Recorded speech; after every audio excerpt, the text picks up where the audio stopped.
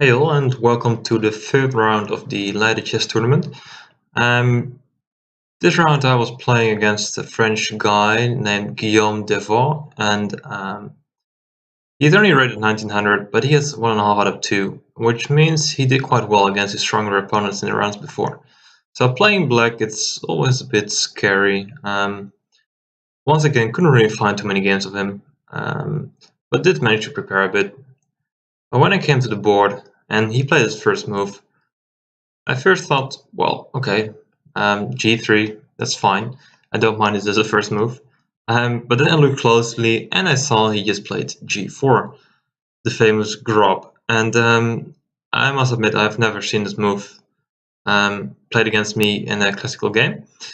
I do know a few things about it, but nothing concrete. Just to point something out in general about these kind of openings, and the reason why this is, I think, not really clever to play against stronger players is because at some level of play they just realize that g4, you don't need to punish this move. It's just a weakening of white's position, and if you just play normal moves, you're more than fine, and there's just nothing you should be scared of. So I think the stronger players have this advantage, that they simply know it's a structural weakness, and that if you play normal moves, you're more than fine. So that's the basic thing I knew, and I knew there were some tricky lines after d5 and bishop g2, some complications I don't really want to go into. But then he decided to play h3 on the second move, and I thought, well, this can't be too dangerous. Of course, this has been played many times by Bosman, and but okay, I must admit I don't really know these games. So I just decided to play normal chess and just take the center and play the e5. You win bishop g2. And here I have a choice, and because I'm already playing for an advantage. I mean, I'm past the point where I'm playing for an equal position. I'm going for the advantage, so I need to be a bit precise here. And one move to try and punish this setup is go h5. But I thought, well, let's not go into these concrete lines, even though it is possible. I just didn't really like going in those lines. I can go c6 to just to weaken this bishop, because now this diagonal is blocked by quite a few pawns. So I don't really have to be afraid of this bishop anymore. But I thought it might be a bit too passive, so I just decided to go knight c6. Obviously he played c4, which is the most logical move. Put your bishop on the diagonal and try to put pressure on my center. Now I can try to play knight e7, go for some English kind of setup. If he takes, knight c3, bishop e6, d3. I think in hindsight this is what I maybe should have played, because it's just a very healthy setup for black. Normal position. Just this is a bit weak for white. You might not notice immediately, but it just weakened a few squares. If he wants to castle kingside, his king is always just weakened. So this is just very healthy for black. Instead I went for d4, which is also fine. d3, and here I did decide to put some pressure on this g4 pawn, simply because I saw a trick. But I think h5 is always a good idea in this opening, because forcing him to play g5 gives your pieces quite a few nice squares to go to. So he went g5. I mean, if he takes on h5, then his pawn structure is getting a bit ugly, and castling kingside is simply impossible for white, because he will get checkmated. So white doesn't really want to take on h5. So he goes g5. And here I probably should have played knight ge7, h4, knight g6. Just a nice square for the knight, putting pressure on this pawn, and just keeping an eye on f4 in case I want to go there. I do have my the f5 square now free for my bishop, so I can just develop, and I can just play the game here. I can even decide if I maybe want to castle queenside with queen d7, launch an attack, or I can also castle kingside. It's just a pleasant choice here for black. Instead I thought I could win a pawn, so I played bishop b4 check, and that was in the entire plan beyond my h5. And I thought, well, he can't play bishop d2 because I win a pawn, and I thought if he wants to keep his pawn, he should go king f1, which is not really a pleasant move. So he played bishop d2, and now he took on g5, and I thought it was just fine for me. I just win a pawn, and I thought, well, easy game. So the idea is he took on c6, pawn takes. Now if he takes on b4, which seems to win a piece, I have queen g2.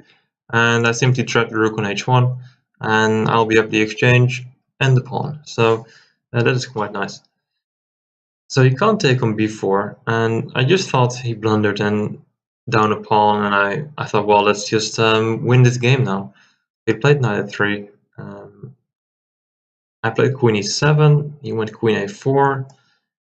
Quite obvious, attacking c6 and the bishop on b4, so I'm forced to take the bishop. Knight takes, and here I thought, well, what's the worst that can happen to me? I mean, he's attacking this pawn, he's attacking this pawn. So what? I'll just protect this guy at some point. I'll just protect the c6 pawn somehow, like bishop d7, bishop b7. I'll just develop my pieces, and yeah, I'll just win somewhere. I mean, I'm up a pawn, and I have a very nice bishop if I manage to get my pieces in the right squares. Once I get to play c5 at some point, I just have all these white squares for my bishop, which is beautiful. So I wanted to play bishop d7, but I figured, well, he has queen a5 now. That's actually quite annoying because he's attacking the c7 and the e5 pawn. There's no chance I'm going to defend both here. I can give back the pawn, but still the queen on c7 is a bit annoying. I should have done this probably, but I could have done this, but I didn't want to give back the pawn, of course. I was a bit greedy at this point. So now bishop d7. I thought about rook h6, which looks a bit strange. But the idea is quite simple. I can go king f8 and play c5. So I can't really castle, but it's like getting my king on f8 and my rook on h6. I did manage to get my king safe and activate my rook, which is basically the point of castling. So this would have been just fine, but I didn't really see the urgency of rook h6. I didn't really notice at this point that I should be aware of some crazy stuff. Well, not really crazy, but I just missed a few things, and I just played a bit too quick here. I gotta admit, I thought up a pawn, easy win. Let's just get over with this game and finish it. So I thought, well, I'll just play bishop b7, I'll be fine. And the embarrassing thing is, I totally missed this idea, because I thought, well, knight e4, there's nothing special, not doing anything there, so I'm totally safe.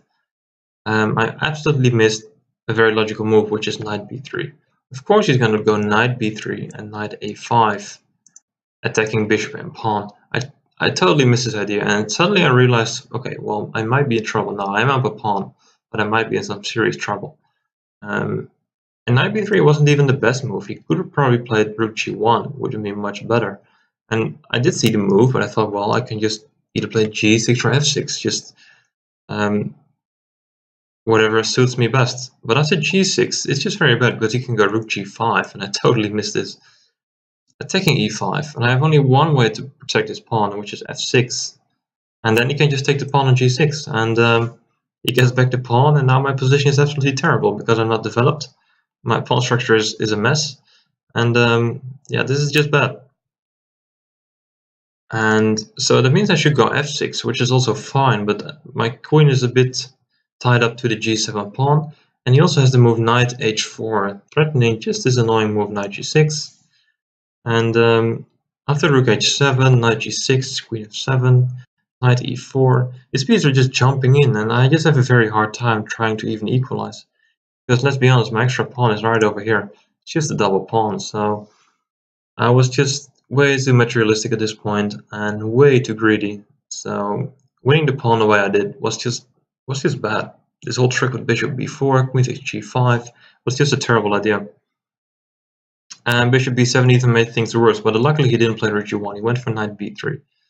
And I decided to go queen d6 because I have a nice idea here. There's some more moves, but once again, my mindset was totally wrong. I was too greedy.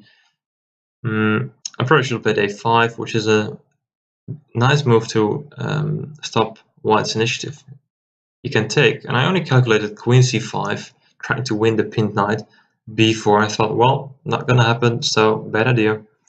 But instead, if I go knight f6 instead of queen c5, and he wants to defend the knight because he needs to unpin himself somehow, I can just castle, he can move his queen, and I can just go rook b8.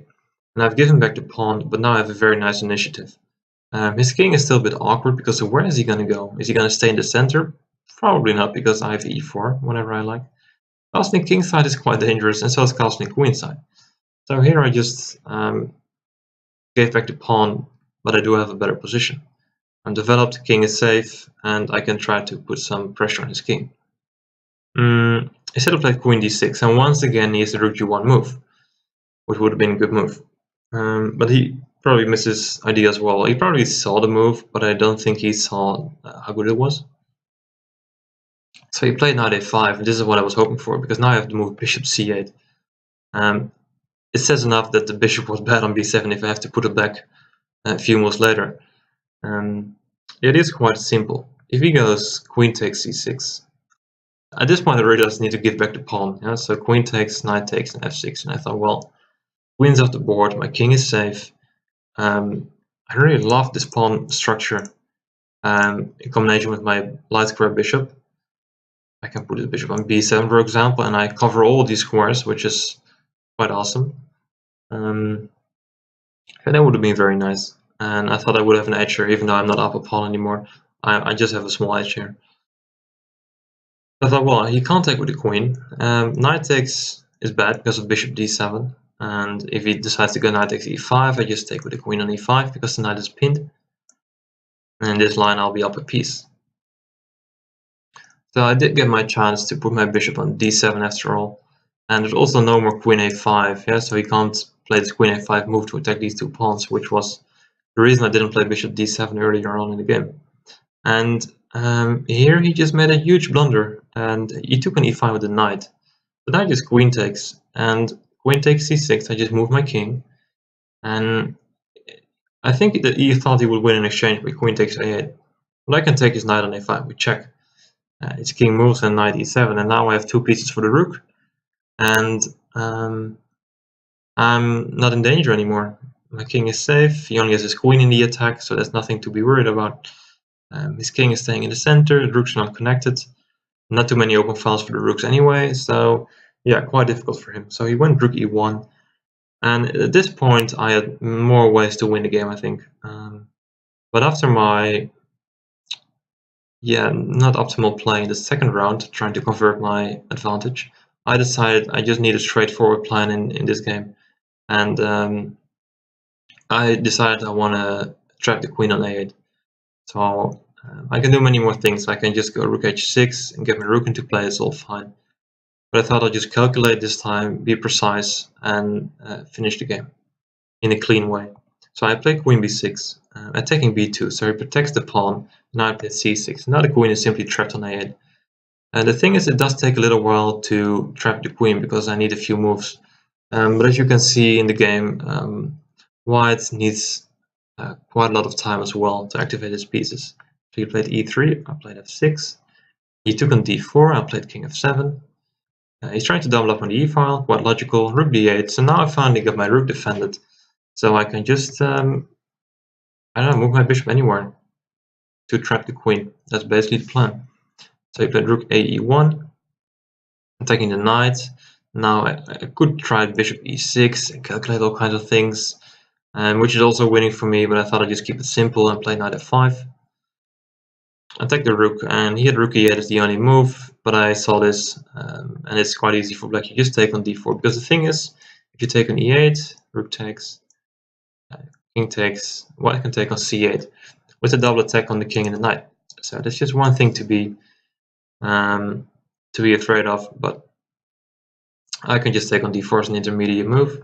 King b1, I take the rook on e8, rook takes, king takes, he takes the bishop, queen d8, and yeah, just up a piece. He played a few more moves. I just took a few pawns.